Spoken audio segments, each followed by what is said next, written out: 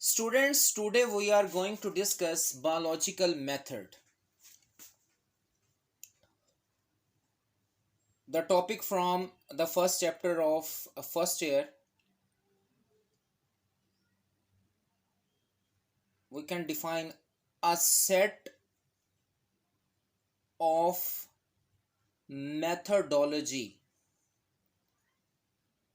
based on experimental inquiry used to study biological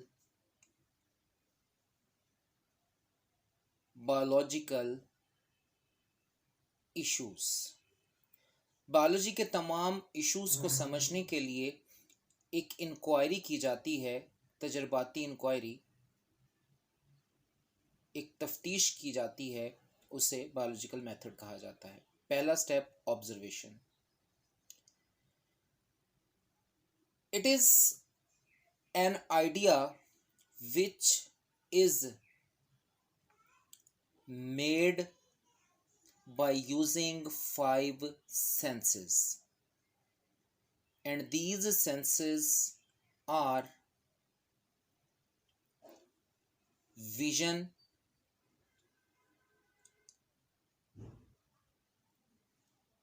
hearing, smell, touch, and taste. These 5 senses are used to make observation. The types of observation, आप सब बच्चे जानते हो कि इसको 2 types में divide किया जाता है,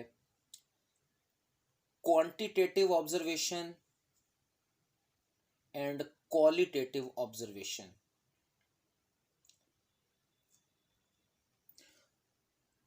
अगर हम इन दोनों को साथ साथ कंपेयर करें और इनका डिफरेंस एक दूसरे के सामने रख के करें तो it is a better approach, quantitative and qualitative. First of all, quantitative observation is an observation which is based on quantity of different objects.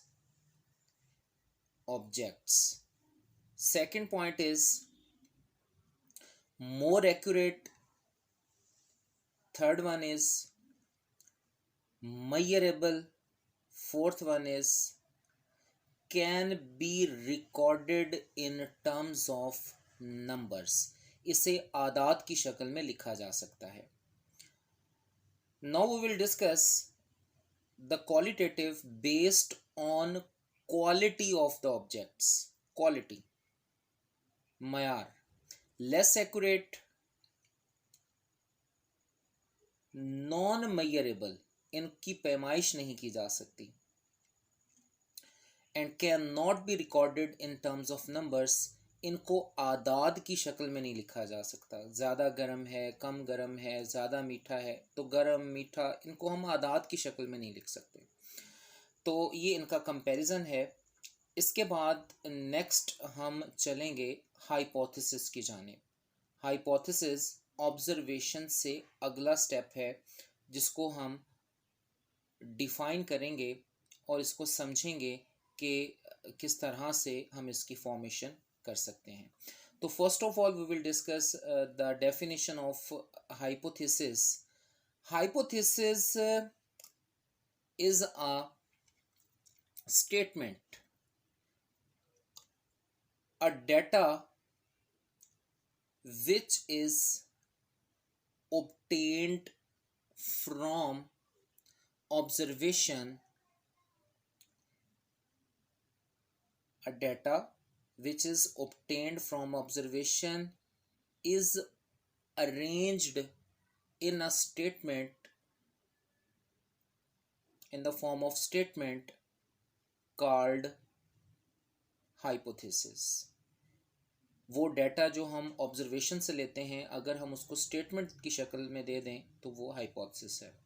Now we will discuss how the formation of hypothesis is taken place. किस तरह से hypothesis की formation होती है.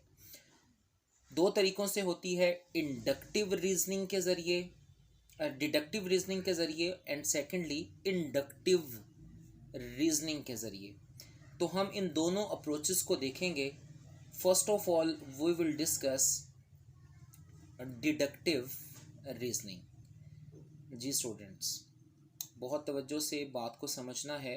Deductive reasoning, deductive reasoning को हम define किस तरह से करेंगे? Specific conclusions are drawn from general principles. आम असूलों की मदद से हम ख़ास चीज़ों तक पहुंच जाएं तो ये चीज़ क्या कहलाती है? Deductive. Always moves from general to. अब हम इस बात को समझने के लिए एग्जाम्पल को लेंगे कि किस तरह से हम डिडक्टिव रीजनिंग को समझ सकते हैं। तो डिडक्टिव रीजनिंग को समझने के लिए एग्जाम्पल जो ली जाती है वो ये है कि ऑल बर्ड्स हैव विंग्स, तमाम परिंदों के पर होते हैं। Sparrow is a bird, sparrow भी एक बर्ड है, तो उसके भी विंग्स होंगे, so it also have wing. तो हम जनरल तमाम परिंदों से होते हुए स्पेसिफिक पे आ गए जो कि स्पैरो है। इसके बाद इंडक्टिव रीजनिंग इसके बिल्कुल ऑपोजिट है। उसमें हमने देखा था कि जर्नल से हम स्पेसिफिक की जानिब गए थे, तो इसमें हम मूव करेंगे फ्रॉम, उसमें जनरल प्रिंसिपल्स, जनरल चीज़ों से गए थे, यहाँ पर हम we move from specific to general, हम ख़ास चीज़ों से होते हुए आम चीज़ों तक पहुँच जाएंगे। एग्जाम्पल की बात अगर हम करें तो स्पैरो जो है वो एक बर्ड है, स्पेसिफिक एक चीज़ है, और उसके विंग्स हैं। इसी तरह दूसरे जो परिंदे हैं, जैसे हमारे पास डिफरेंट दूसरे हैं, पिजन है, क्रो है, हॉक है, तो ये तमाम बर्ड्स हैं, तो इनके भी विंग्स होंगे। तो हम स्पेसिफिक स्पैरो से कहाँ चले गए? दूसरे बर्ड्स की जानिब चले गए। तो ये है inductive reasoning. Now another question related to this topic: how hypothesis is made without making observation। बाज़ोकात ये भी होता है कि हम अपनी ऑब्जर्वेशन को इस्तेमाल नहीं करते और हम हाइपोथेसिस की फॉर्मेशन कर लेते हैं। उसमें पहले नंबर पर इंट्यूएशन और इमेजिनेशन आता है। इंट्यूएशन वजदान की सी कैफियत होती है, गैर शऊरी हालत को कहा जाता है, और इमेजिनेशन गहरी सोच। एस्थेटिक प्रेफरेंस, जो दिल को भाए चीज़। कंपैरिजन एंड एनालॉगी, मुख्तलिफ चीज़ों को आपस में कंपेयर करना, दोनों का मतलब सेम है। और इसके साथ साथ रिलीजियस एंड फिलोसफिकल आइडियाज़, मजहबी और फिलोसफिकल आइडियाज़, और आखिर पर discovery of one thing while looking for some other thing.